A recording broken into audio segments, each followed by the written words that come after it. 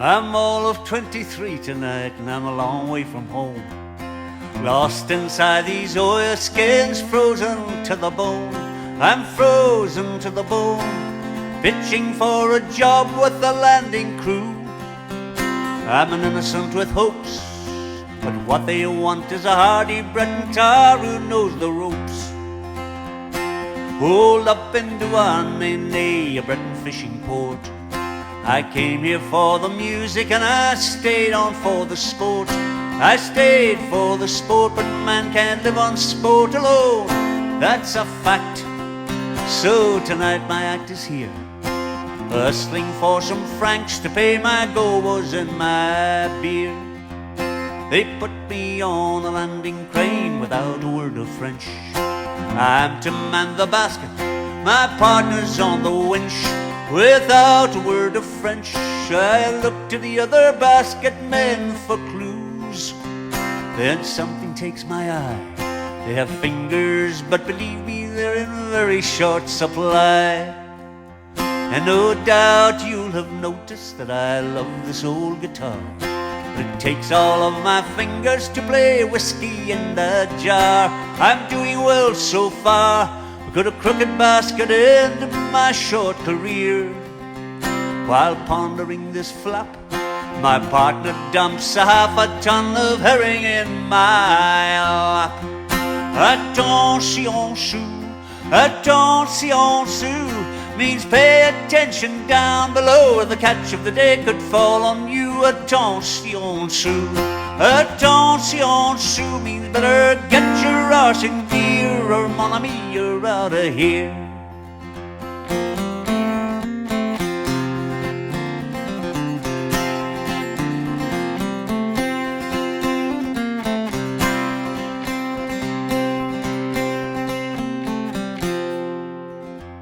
So now I know 2 words of French and the perils I must face. Each time the basket empties, the lock needs clicking back in place, so I click it into place. But it takes an iron fist to ram it home. Each time I shoot a brick, thinking of those digits I could lose if I miss a trick. Attention sous means pay attention down below. The catch of the day could fall on you. Attention sous means better get your arse in gear, or mon ami, you're out of here. So tonight I'm at the crossroads and I have to make my choice. Music man, fisherman, it's in my own device. There's no thinking twice. It's whiskey in the jar for eternity. With fingers still intact and borrowed oilskins packed, now I'm off to town to find some goers and some beer and a cup of tea.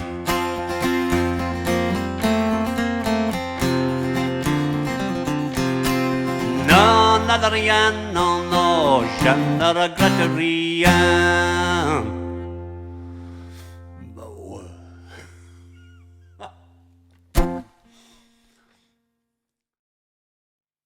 Welcome to the GAFFA Tapes. We're here with the highly renowned singer-songwriter Mick Hanley. How you doing, Aaron? Not too bad. How are you getting on, Mick? Yeah, I'm great, thank you. Good. Very much. You did 2 tracks with us here today on the GAFFA Tapes. What were the name of the 2 tracks, Mick, that you did with us? 2 tracks from a new album that I've out called Homeland. The first one was a song called Attention sous, which is the French for look out, something is going to fall on top of you. That's basically what it's about. But that's the title of the song. And the other one was called Razors on the Hill, which is a song that I wrote about a golf course in Kinsale, on the head of Kinsale, the old head of Kinsale. They built this golf course out on the head of Kinsale, and now the public have no access. So there's an actual razor fence up to stop people going in to go to the top of the head. You have to go through the golf club gates, and sometimes they won't allow you unless you're playing golf. So I think that's a bit of a travesty, so I felt a song had to be written about that. The Attention sous is a story song. basically, of some time I spent in France working on fishing boats. And it's a kind of a fun thing, but it wasn't fun when I was doing it. But now when I look back on it, I was young and whatever, you know, in my 20s. And I went over there with a really wonderful musician called Micheál O'Donnell. In the, as I say, about 73, I would imagine, we just made an album for Polydor. I think they're gone now, or they've been absorbed into one of the bigger companies.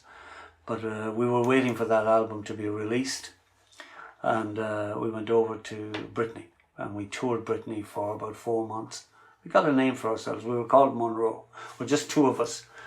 But I was fascinated. It was the first time away from home, and there was a lot of pretty girls around, and there was a lot of good music around, and there was a lot of great musicians and great fun. So I chose to go back, and Micheál chose to come home. Well, we both came home. I'm running ahead of myself. We both came home for the release of the album, but the album came out to the sound of one hand clapping kind of thing, and that was it. Went down the tubes, disappeared. Now they're very valuable if you have a copy of it at all. And yeah, I went back to France because I loved it there. I thought it was a big break, you know, as a young person, to travel to a different culture is a fantastic thing. I'd recommend it. You know, I spent about 2 years there, and picked up a sizable amount of French. You know, I can even this long, you know, I haven't been to France in quite a long time. But the minute I go back there, I can speak French again. And just Mick, you were saying about the story in Kinsale, the razors on the fence, and working on the boat in France and things like that. The inspiration from for your songs seems to come from a lot of experiences. Is that the way you write from? Is it? It is. Yeah, I'm more a storyteller than a songwriter. But that's where the wellspring of all my songs would be experiences about, you know, my relationship with my parents, my school experiences. I suppose one of the earliest songs I'd have written would have been All I Remember, which was recorded by Christy Moore and Moving Hearts. And I saw it quoted on Facebook the other day, the whole entire song. So I said, geez, I must be getting famous. Anyway, that's the kind of thing. The real experiences I go back to, or I just experience them there and then. And that's how I write songs. I'm not very good at writing love songs. I don't write that many love songs, but the ones that I do write would be either real, they'd be, you know, sort of, yeah, I'd have experienced part of them anyway. A song called The Writing on the Wall, painful songs, Without a Fanfare, and songs about immigration, you know. I mean, I remember when people were leaving in their droves in the 80s, and then again it all came around full circle and they started to leave again, and there's something like, I don't know, 40,000 people have left the country, and they're now leaving as whole families. It was just if you like, the husband was going away. So the earliest song I wrote about that would have been My Love Is in America, which I sang with Dolores Keane. And that would have been like written for a woman with the pain of missing her husband and wondering, was this idea of keeping, if you like, a roof over her head in Ireland worth it? Because he was gone for 10 months of the year. I mean, have we any family life? Is this, you know, why don't we all move lock, stock and barrel? And they're doing that now. And I honestly feel for there's a great line by Dylan called I Pity the Poor Emigrant. And it's an opening to a song. It's really wonderful. I think Christy Moore recorded it. But the people, like, I mean, if you're out of a certain age, I think when you emigrate when you're young and you have the option of coming back, I think it's fine. But having to emigrate when your blood is almost in the stones of your country, you know, is very tough, really tough. Yeah. And no matter how much you integrate, I found this in France, for example, when I was living there for a couple of years. I said, I am going to live here. I'm going to have to live here for another 10 years before I actually really twig the fun in their language. Yeah. Right? I can laugh when people fall and trip over the chairs or whatever, but the really good nuances and like that we have here, irony and all of those kind of things, like a lot of times Americans don't even get it, but we get it because it's our humour, and that kind of thing is really important, you know. And we've a great ability to tell stories in Ireland, you know. Definitely, really good. And just talking about, I know you talked a lot about travelling there and being in France and things like that, but just going back to the album, the title of the album is actually Homeland. That's right. And the 2 tracks you did are both off the album as well. Was it kind of, did you find a lot of the writing towards this album was with those experiences, and or like where did the title for the album come from? Was it from the songs, or was it something that you wanted to write about specifically? I've been writing. I've written if you like, what they call it, critical songs about Ireland. Yeah. I complained about the political system, and some way back in my early writing, with I did a lot of political songs, and there was a lot to complain about, and there still is. Raises on the Hill being one. So the album came about like Owen O'Neill would have known Joe here in the GAF Studios, and would have contacted me and said, well, we hadn't been in touch for years because we've been in Moving Hearts together. And he said, why don't we go down, why don't you come over and have a cup of coffee, and have you written anything? I said, I have a few things, so we went through a few things, and he said, you know what, we should go down and put them together down in the studio just for the fun.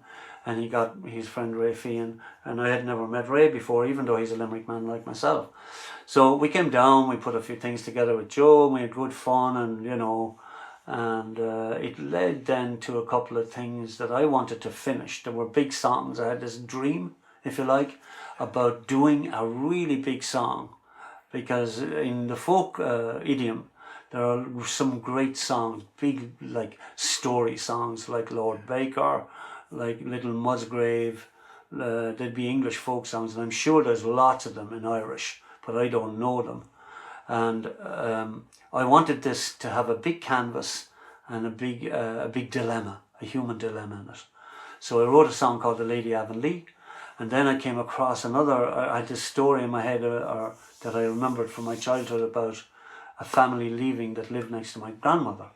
And so I wrote their story, and I called it Patrick's Hill. And they were 8-minute songs, and I knew they weren't going to be commercial or anyone was going to like them.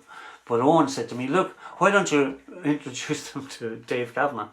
Let him hear the songs and see what he thinks. So Dave said, look, off you go, we'll make an album. Now, it was a really going out on a limb, because this is not commercial music. And I sat down and I wrote the rest of the songs for the album once I got the go, And then I was able to assemble all those musicians that I really admire, like the Voice Squad and Keith Donald and Donal Lonnie and Owen and Ray, and we had a brilliant time making the record. Dave Keary, look, any number of musicians, and I had that freedom.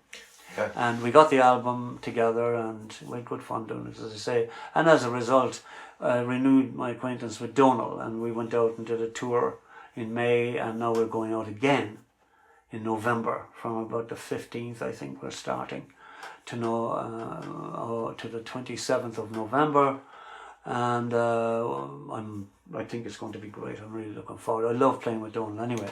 He's such a great man to record on the hoof, and it's a great way. It's a great safety net to have on the stage as well.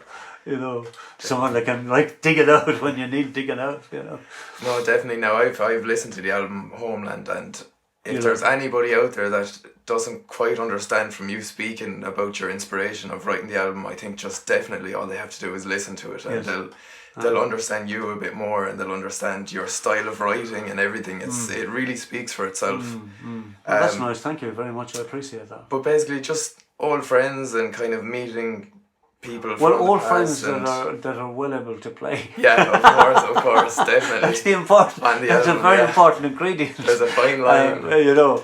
Yeah. And I have great time for Owen's playing. I've always admired him, and I think since he's been playing with Ray, they're kind of locked at the hip now as a rhythm section. Donald I've always had great time for, and all the rest of the I never had played with Dave Keary, for example, the electric guitar player. I thought, God, this guy is wonderful, and he was. And the voice squad I've always admired. Yeah. And I was able to involve the choirs from Lisdowney and Castlecomer, and that kind of thing. I thought that, to be able to do it and bring people in from the district and that kind of stuff. So, yeah. Brilliant. So, it was easy. I won't say it was easy to write the songs, but I loved the idea of having a timeline and saying, look, I'm going to have to do it when Owen gets back. And he was due back after 4 months. So I had 4 months to write 9 songs. Brilliant. So you have to write about 90 to get 9 good ones. Yeah, of course. I'm joking, of course.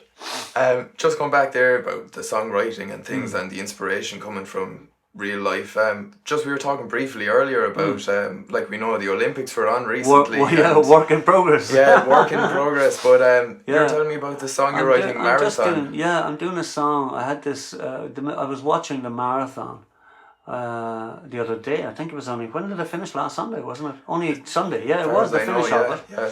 And the marathon was on, and lo and behold, I saw. I can't remember the name. Not terrible. I don't know the guy that won it. He was a Kenyan anyway. Kipchoge was his name. I could be wrong. Anyway, he's running away there, and I saw this before. I saw it in Dublin. I remember when Jessie was really small. I brought her down to see the marathon, and we stood on the corner of Fairview, and they had to come around the corner, and the leader looked like a man possessed, right? And he was never caught. You could see he was almost godlike, he was like Grecian, he was moving along and all of the rest were following. Do you know what I mean? Yeah. They looked like followers and they didn't have it. Yeah. He had it and you knew immediately. And I was looking at your man the other day and he had it too. But I've always thought of the guy, let's say, that does the first 20, he's leading for 22 kilometers. Yeah. And next thing he hears this, getting closer and closer, and he goes, oh no. So that's the inspiration for the song. Was like, you've done all this training and you've given it your all, and next thing there's a guy better than you, just going to pass you out as though you were standing still. The sickness of that must be horrendous, and that's what the song. Will I give you a bit of it? Would you like a bit of it? Yeah, you've done the 2 tracks for us, but let's do it. Yeah, brilliant to hear a bit of it. Just for the fun. Absolutely. No, I haven't it all written, by the way, right? So I'm not sure that I will get to the end of it, but I'll do as much as I can remember of it. Cheers, Mick. How are we doing, Joe? Are we okay?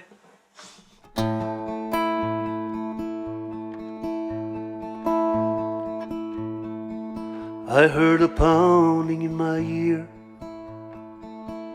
It grew louder and I cursed. Thought I'd broken all my rivals. Now my lungs began to burst. I saw him in the corner of my eye. He was breathing much easier than me. I wished he would fall down and die, and not take this precious dream from me. I watched him vanish in my tears, like a lover in the rain. I dug deeper than a miner, but there was nothing left to claim. I talked myself through all of this 1,000 times, but now my memory was gone. The only thing of worth I found was pride, and that kept me keeping on, kept me keeping on, kept me keeping on, keeping on. I'm a man, that's all I am, and like you I have my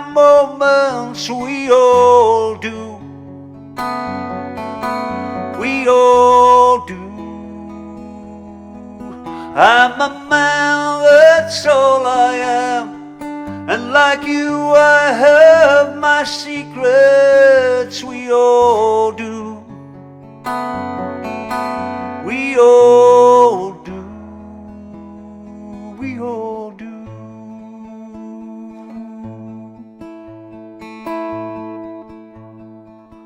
In the end, nobody died, though it felt like death to me.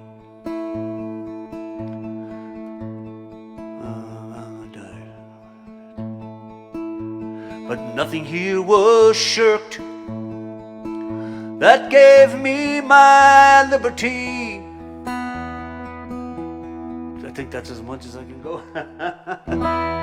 But that's the blueprint of it, and it'll be, you know, I think it mightn't be all like that. There'll be a bit of musical interlude as well, you know. But absolutely. Yeah. No, but that's nearly done. That's a first draft, and it's pretty close to it's what so lovely to see as well and to hear, especially because not a lot of people would actually. We're in a society now where everything is just bang bang bang coming out, and it doesn't show the work behind a lot of things and the process of things, and it's.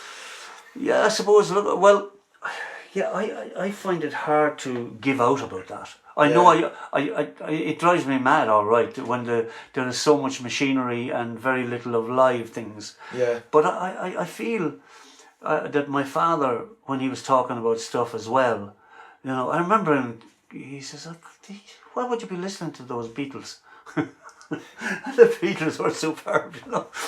It's just, that's awful. And he used to listen to John McCormack and all of that stuff. And then I remember my mother saying one morning, we were having our breakfast, and the radio used to be always on, and Elvis came on singing Old Shep, and she said, God, do you know what? That lad has a lovely voice all the same. Yeah. And it was Elvis, the rock and roller, Mr. Devil himself, you know. So yeah, I'm not sure, you know. I mean, the music today isn't made for our ears, and if we think it's good, there's something wrong with it for sure. So I'd be skeptical about saying that, you know, the same creative things aren't there or whatever. Yeah, I'd be careful. I think they're definitely there. It's just they're not crossing my path yet or whatever, you know. Yeah, of course. Like, I mean, and there's so much that passes you by. We were talking about a band there earlier called Rush. I'd never heard of them, right? And I know they were probably brilliant because you've all recommended them. So I go home tonight and I'd be able to. The beauty of the technology now is I'd be able to check them out. Yeah, absolutely. You know. We'll just touch on one more thing briefly, Mick. Is the use of the guitar yourself, especially the way it's a lot of Irish music you play, and yes, the guitar, I believe, wasn't always such a big part of Irish music. No, it wasn't in a part of Irish music at all. In fact, I can't remember seeing anybody playing a guitar. Now, first of all, I knew nothing about Irish music either, to be quite honest with you. When I was growing up, we were tuned into Radio Luxembourg, and there was the odd Irish program on which played maybe, you know, I remember was it Charlie McGee used to play on the Waltons program. He played the guitar, but it was a very proper style of guitar playing. But still, I was fascinated. But the first time, like, I heard a guitar sound that I really dug was Hank Marvin on the electric guitar. So, you know, I mean, I just didn't know how the hell I'd make that sound, but I was grabbed in the gut by it. And then Lonnie Donegan, prior to that, actually prior to Hank Marvin, Lonnie Donegan played guitar in skiffle groups, and there were skiffle groups and all of that kind of stuff. And he had a lot of hits, you know, and My Old Man's a Dustman and all the rest of it. But the guitars, they were very strange instruments. All of the Irish music instruments were flute, concertina, fiddle, and accordion. There might have been the piano and the Gaelic band. Saxophones even were used in Gaelic bands, but guitars never. And then Micheál O'Donnell, one of the young folk, formed a band called Scarab Bray. They were only youngsters. Trina O'Donnell, who's on the album Homeland, by the way, with me. And Micheál and her sister Mairead, and they had a band, and Dai Sproul, and they played two guitars and Trina played piano, clavichord, it was kind of, and they made a wonderful sound. But it was totally innovative. And Micheál O'Donnell has, had a huge influence on, fitting the guitar into Irish song. And even as an accompanist instrument as well. Now, unfortunately, I think it's overdone at the minute, because they're all trying to be bothy bands, and everyone's playing in an open D tuning and all that stuff. And it wears thin after a while. There's certain guitar players who are well able to do it, others aren't. But they're still doing it. A bit like, anything. People, the standard that Micheál set was a very high bar. But I was grateful for him showing me so much. I was a very ordinary guitar player. I'm still a basic guitar player, but I can play stuff that pleases me, and that's important. So I find it, and the wonderful thing is that I love picking up this every morning. Yeah. I love it. I really I go out every morning, I pick this guitar up, and it just melts me. And it's just it's a good Taylor, but the sound of it just blows my mind. So I find it easy to compose on it. I do everything on it. I have no collection of guitars or anything. I do everything on that, and I love playing it. It's given me a life. That's the wonderful thing. Brilliant. It's given me a life. And Mick, just before we, I believe the second track is going to be Razors. Yeah. And just before we hear that now, in a short sentence, I've asked everyone now, is for yourself, what does being able to get up every morning, and what does being able to play music mean to you? Well, in a short word, it means the world. It means my raison d'etre. It means that's my reason to be. And I think it's very importantly, if you find a passion in life, half your journey is solved. Do you know what I mean? If people can find a passion in their life and make a living from that passion, man, you're made. Thank your lucky stars every morning you get up that this is what I do. I thank my lucky stars. I was in the ESB, for a while as a clerk, so I'm glad to be having my guitar that got me out of there, So that's it, yeah. Brilliant. So thank you very much, Lovely Mick. to talk to you. Brilliant. Bless you. Take care. So there we had Mick Hanley on the GAFFA Tapes, and stay tuned for the best live Irish music.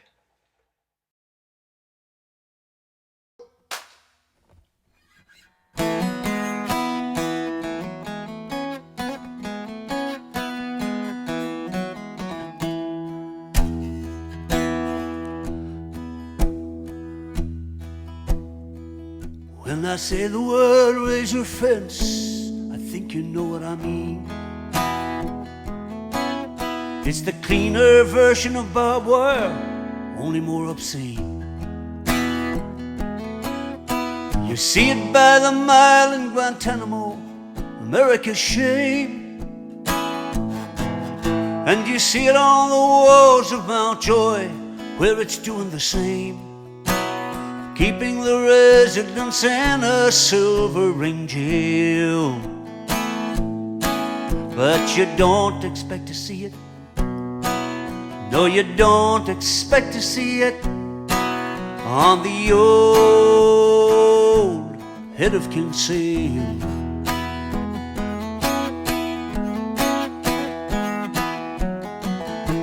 The prisoners here seem to come and go as they please.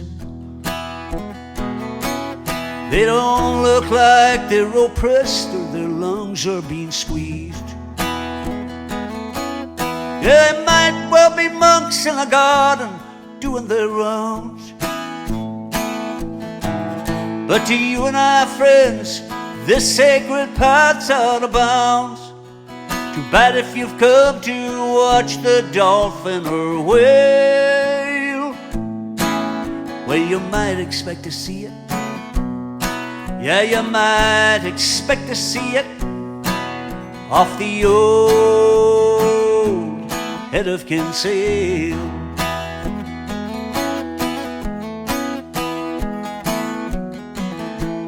Who says razors on the hill is okay? Who condones this obscenity? Who says razors on the hill is okay? Not me. Would you?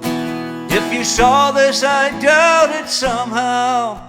But someone says these blades are okay on the old head of Kinsale.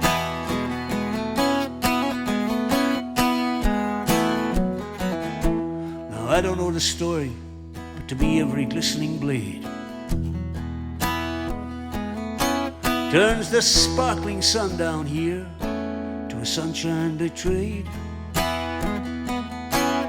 My wife said to me and my daughter, it's time that we were gone. And before I got home I could feel the pangs of this song, though I'd rather not sing about blades in an everyday tale. You don't expect to see razors. No, you don't expect to see razors on the old head of Kinsale.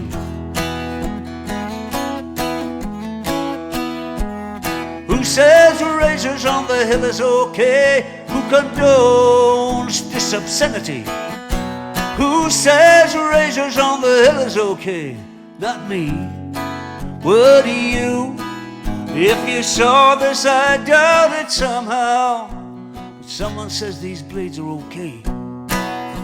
Someone says these razors should stay. Somebody says please stay away from the old head of Kinsale.